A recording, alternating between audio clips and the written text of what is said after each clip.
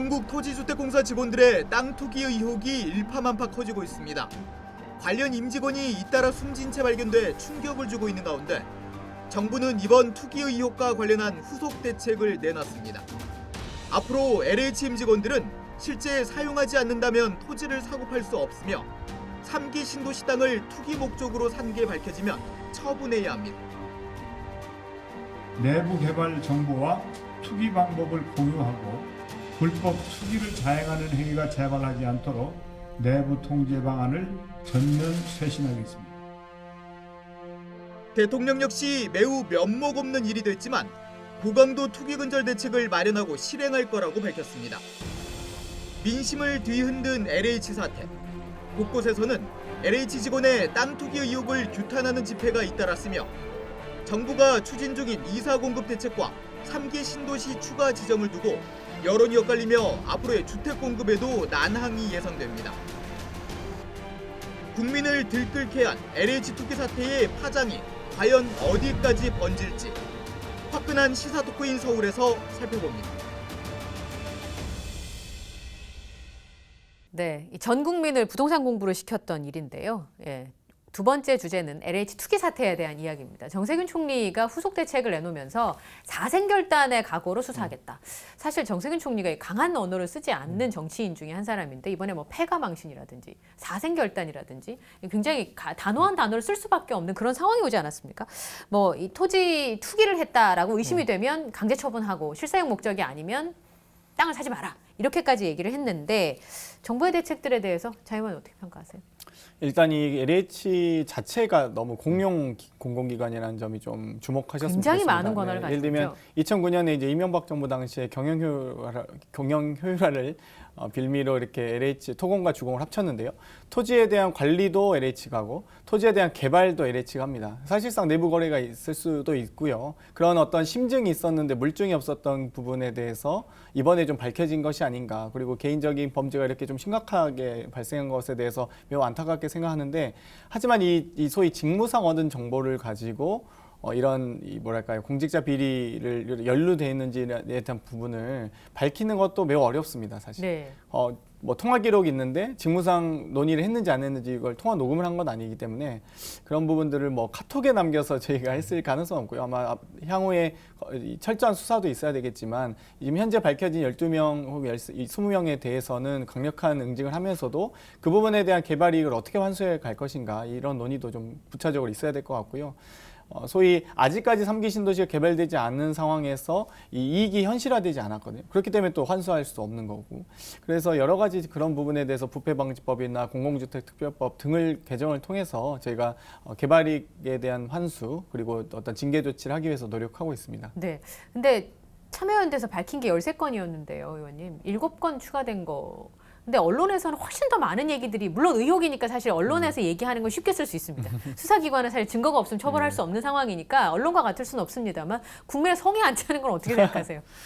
그러니까 일단 매우 화가 나 있는데 약간 그만큼 가려운 부분을 긁어주지 못한 건 있는 것 같습니다. 근데 그렇다고 해서 죄 없는 사람을 죄를 만들어서 저희가 구속할 수는 없는 거고요. 또 이 소위 직무상 알게 된 비밀 정보로 개발에 투기한 경우가 포착이 돼야 되는데 이것들을 소위 범죄의 구성 요건을 완벽하게 충족하는 것들이 사례가 실제로는 20건밖에 안 되는 겁니다. 그렇기 때문에 스스로 누구나 그렇겠죠. 범죄를 하면서 막 증거를 남기면서 범죄 행위를 하지 않기 때문에 예.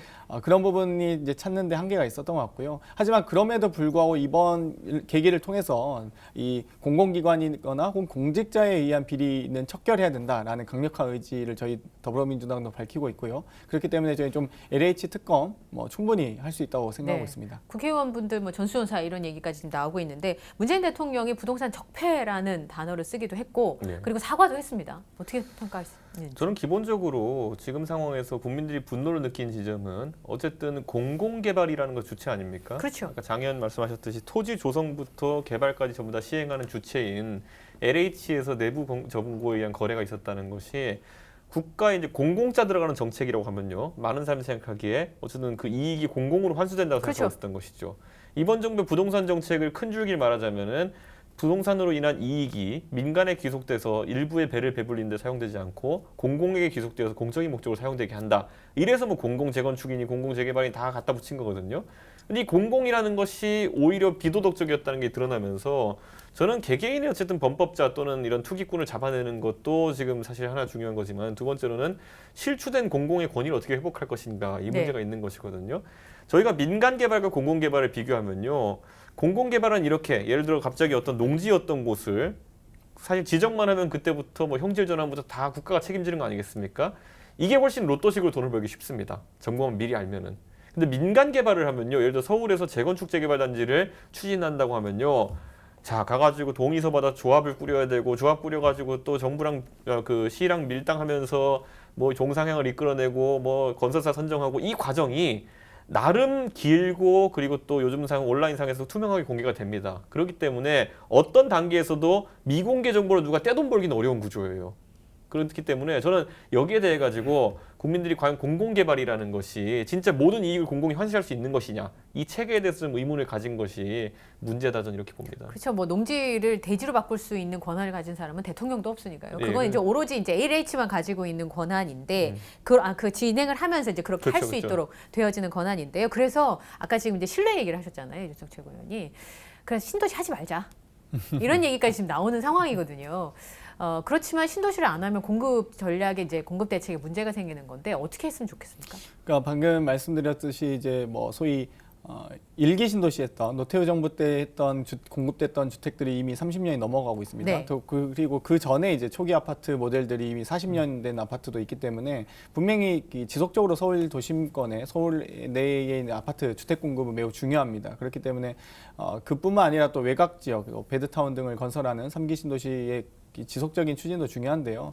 몇 명의 어떤 개인적인 범죄가 있다고 해서 정책 자체를 뒤집거나 또 이 토지에 투기를 한 것이지 주택 공급의 문제는 아니기 때문에 이 부분은 좀 더 좀 분리해서 생각했으면 좋겠다고 말씀드리고 싶고요. 그렇기 때문에 저희가 지속적으로 이야기해 왔던 것이 부동산 감독원이었습니다. 소위 감독원. 이 1,000만 원의 금융거래만 있어도 금융감독원에서 해당 이 1,000만 원 거래에 대해서 확인도 하고 뭐 확인 문자도 보내주잖아요.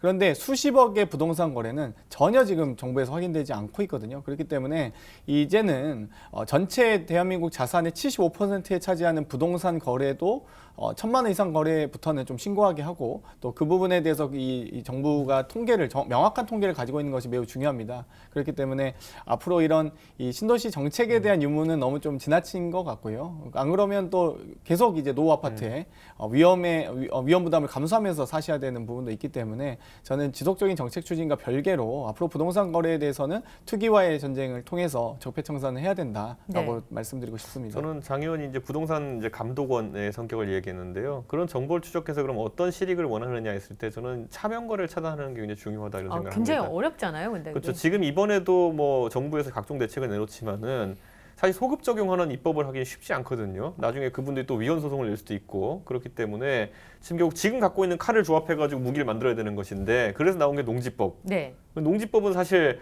좀 이번에 저희가 여러 사례로 확인해봐도 빠져나갈 구멍이 많습니다. 이번에 뭐 당국에서 발표했듯이 영농 목적으로 나중에 귀농귀촌하겠다고 계획을 쓰면은 사실 그건 인정할 수밖에 없다. 주말 네. 농장용이다 하면 인정할 수밖에 없다. 그렇기 때문에 그거를 이제 칼로 삼기는 게 어려운 상황이고 아까 이제 잡혔다는 7명 뭐 13명 이런 사람들은 진짜 어설픈 물고기들인 겁니다. 본인의 이름으로.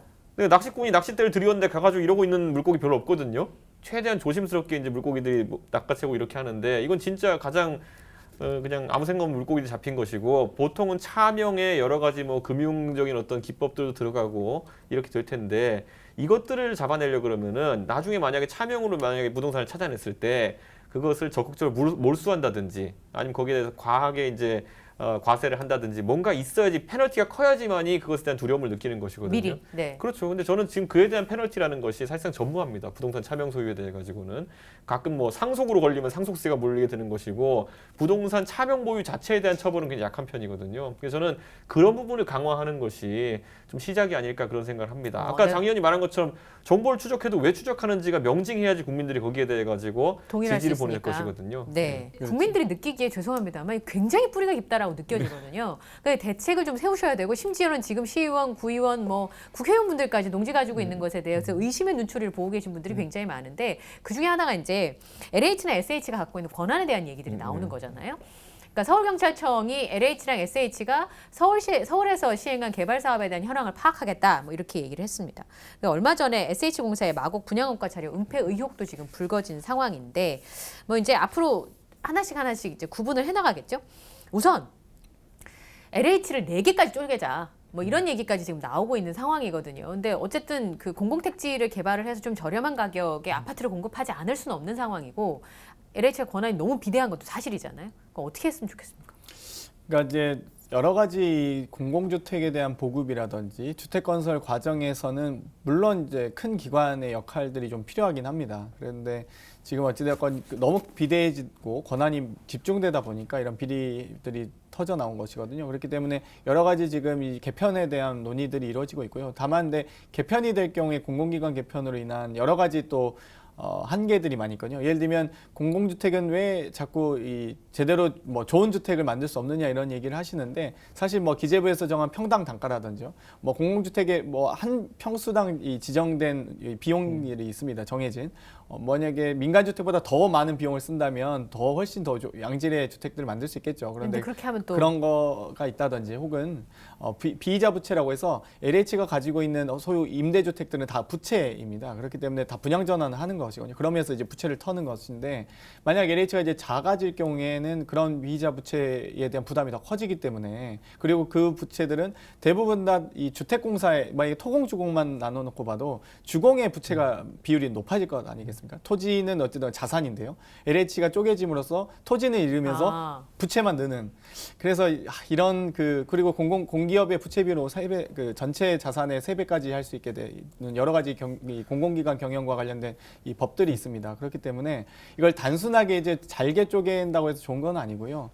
각각의 기능을 할 수 있는 정도의 상황 하에서 이 법을 좀 개정해야 되는 개편 논의가 지금 좀 심각하게 이루어지고 아니 합쳐서 합니다. 비효율이 생겼다 MB 욕할 때는 언제고 또 이제 나누면 또 문제 된다고 하시면은 단순하게 이제 설명을 드린 거예요. 그러니까 저희가 이제 이 문제 있어가지고 조직체를 어떻게 쪼개느냐의 문제보다는 아까 말했듯이 비공개 정보, 미공개 정보를 어떻게 활용하느냐에 대해서 새 나가지 않도록. 그렇죠. 왜냐하면 이게 사실 LH 내부에서 이렇게 도는 문제도 있었지만은 2019년은 어떤 문제도 있었냐면은 그 국회의원 신창현 의원이 자기 지역구에 있는 그 개발 정보를 뭐 전 그 부주의라고 봅니다. 악의는 제가 느끼지 못했는데 어쨌든 부주의하게 밖으로 유출해가지고 개발 계획 자체가 엎어질 뻔한 그런 적이 있었거든요. 그렇기 때문에 그런 것들 포함해가지고 국가의 기밀사항, 특히 뭐 이게 안보에 대한 기밀사항만 사람들이 위중하게 생각하는 경우가 있는데 현대 사회에서는 이런 개발 계획 같은 것도 그에 굉장히 큰 준하게 정보죠. 엄중하게 다뤄야 되는 것이고, 저는 LH 직원들이 그 아예 구조화된 어떤 좀 방만함이라든지 아니면 그런 데 안일함이 있었던 것이 아닌가 이런 생각해서 그 부분에 대한 처벌도 굉장히 강화해야 된다. 왜냐하면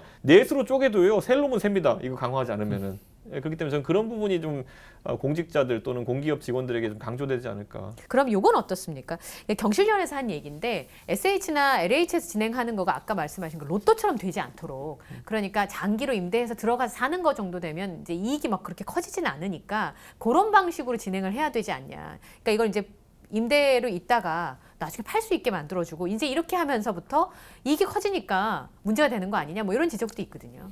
그러니까 사실 분양 전환을 허용하면서부터 그런 문제가 있습니다. 그러니까 여러 가지 임대 공공주택에 대한 유형들이 있거든요. 영구 임대부터 시작해서 5년 임대, 10년 임대, 국민 그렇죠. 임대, 행복주택까지 또 장기 평수도 전세도 좀 있고. 다양합니다. 예. 네, 그래서 근데 이제 문제는 이 방금 말씀드렸듯이 그 임대주택을 보유하면 보유할수록 그게 다 이 LH의 사실 부채입니다. 부채로 네, 잡히니까. 그렇기 때문에 이 부분을 이제 LH 입장에서는 부채를 떨어뜨리기 위해서 이제 분양 전환해서 팔려고 하는 거죠. 그래야 팔아서 빚을 터니까. 빚을 터는 거죠. 그래서 네. 그런 과정도 있고 또 그 분양 전환을 통한 이익을 바탕으로 해서 또 다시 또 다른 곳에 주택 공급을 하는 측면도 있습니다. 그 돈으로 또 다른 데 그렇습니다. 땅을 그러니까 사서 이제 아파트를 온통 지으니까. 다 공공주택을 국민 세금으로만 한다고 하면 국민들께서 봤을 때도 우리 세금으로 다른 사람 집을 지어주고 있네라고 그렇게 생각할 수 되네요. 있거든요. 근데 예. 분양 전환하면서 그 돈에 또 이익을 바탕으로 해서 또 다른 어려운 분들이나 어떤 이 소위 소득 몇 퍼센트 이하의 주택을 공급하는 부분도 있거든요. 그렇기 때문에 여러 가지 참 저도 이제 장기적으로 봤을 때는 이런 어떤 저희가 이제 뭐 이자 부채는 아니고 비이자 부채에 대한 부분은 공공기관 경영 평가할 때 좀 넣지 않았으면 평가 항목에 넣지 않았으면 좋겠다. 부채 항목으로 잡지 않았으면 좋겠다라는 건의를 많이 하고는 있습니다. 그런데 이제 뭐 한도 끝도 없이 부채를 비이자 부채를 평가에선 뺀다 할지라도 LH가 결국에는 이 장기 임대 주택 혹은 영구 임대 주택들은 다 부채거든요. 그러면 어디까지 저희가 버틸 수 있을지 그런 것들도 좀 고려는 해야 됩니다. 저는 근데 우리나라의 주택공사 과거에 주공아파트라고 하는 것이 제가 해외에서 대학에서 공부할 때는 성공적 사례로 배웠습니다. 아, 네네. 그러니까 국민들에게 단기간의 주택을 양질의 주택을 공급하기 위한 성공적인 정책으로 제가 한 학기에 거의 한 3분의 1 정도 투자해가지고 우리나라 주공아파트와 싱가포르의 주택관리청, 네. HDB 아파트에 대해 가지고 배웠던 적이 있거든요. 그러니까 이 모델 자체가 실패한 건 아닙니다. 그 분양형 모델이라는 것이. 그리고 싱가포르 같은 경우에도 분양형이면서 우리가 이제 환매 조건부라는 이름 붙이죠. 그러니까 매입해가지고 뭐 모기지 형식으로 상환하고 나중에 국가에 되팔 수 있는 형식으로 가고, 그리고 국가는 또 그걸 바탕으로 해가지고 뭐 단지 단위로 계속 재건축을 재개발을 하고 이렇게 하면서 그 주택 질을 유지하면서 계속 이제 국가가 주택을 관리하는 방식인데, 저는 사실 이런 대안들이 있음에도 불구하고 임대형은 또 어떤 문제가 생기냐면요. 그 임대에 살 때 당시에는 절대적 이득이 발생하지만은 나중에 어떤 이유로든지 그 임대주택 규모를 벗어나가지고 내가 분양주택을 그렇죠. 가져가야 될 때 내가 임대에 사는 동안 다른 사람들은 그래도 집가나 아닌 주택이 상승해가지고 다른 곳으로 옮겨갈 수 있지만은 나는 그 맞아요. 기대소득을 전혀 벌지 못했기 때문에 오히려 이전할 수 없는 뭐 그런 상황도 생기거든요. 그렇기 때문에 저는 이 꼭 임대를 무조건 늘리는 방향만이 또 주거 안정을 또 획책하는 것이냐, 그건 또 아니다 이렇게 보기 때문에 우리나라 현실에 맞게 주공 모델이라는 것이 80년대까지는 굉장히 성공적이어가지고 유효했던 거다. 해외에서 벤치마킹 많이 했습니다. 그럼 그 주공 모델을 더해가지고 아까 장 의원 말한 것처럼 일부 주택의 고급화라든지 여러 대안을 붙이면 나쁘지 않을 거라 봅니다. 네. 제가 너무 욱하는 마음에 단순화시켜서 계속 두 분한테 질문을 드린 게 아닌가. 근데 그만큼 저는 요거는 그냥 저의 이 40대 아줌마들은 네. 다 느끼는 감정이라고 생각을 하니까 민심이라고 좀 받아주시면 네. 좋을 것 같고요. 마지막으로 지금 이 상황에 대한 화끈한 한마디를 좀 들어보겠습니다. LH 투기 사태에 대해서 두 분이 하실 말씀 많으실 것 같은데요. 화끈하고 짧게 한마디씩 듣겠습니다. 장경태 의원님. 네. 부동산 적폐를 빨리 청산해야 됩니다. 그동안 우리가 항상 이 심증만 있었지 물증이 없었던 부분들, 어느 사람이 공직에 있으면 혹은 어디에 있으면 항상 개발 이익을 혹은 많이 가져가는 등의 그런 소문들은 무성했습니다. 앞으로는 철저한 부동산 관리 감독을 통해서 더 이상의 어떤 부당 이익을 취하지 않도록 진상규명과 또 재발 방지를 위해서 열심히 또 노력해 나가겠습니다. 네. 부동산 적폐 청산. 전 이번 기회에 빈대와 벼룩은 싹 박멸했으면 좋겠고요. 네. 다만 그러다가 초과 삼가는 안 태웠으면 좋겠습니다. 네. 예. 두 분 말씀 듣고 보니까 아마 많은 분들이 그렇게 생각하시지 않을까 이런 생각이 듭니다. 오늘 두 분 함께해 주셔서 고맙습니다. 네. 자, 언제쯤 되면 이 부동산 얘기 안 하고 살 수 있을까요? 이 많은 집 중에 왜 내 집은 없을까 이런 생각을 안 할 수 있는 날이 올까? 이런 피로감들은 언제 해소가 될까? 이런 생각이 드는데 한 가지는 확실한 것 같습니다. 성실하게 자산을 만들고 올바르게 재산권을 지켜온 시민들한테 이 거대 조직의 비리가 상처를 주는 일은 없었으면 좋겠다라는 생각이 드는데요. 성실하게 일한 사람이 바보처럼 살았네 라고 하는 그런 세상은 막아야겠죠. 엄중 조치와 재발 방지 그리고 그 이상의 고민이 좀 필요해 보이는 지점입니다. 화끈한 시사토크 인서울 오늘 준비한 순서는 여기까지고요. 저는 다음에 또 여러분 뵙겠습니다. 시청해 주셔서 고맙습니다.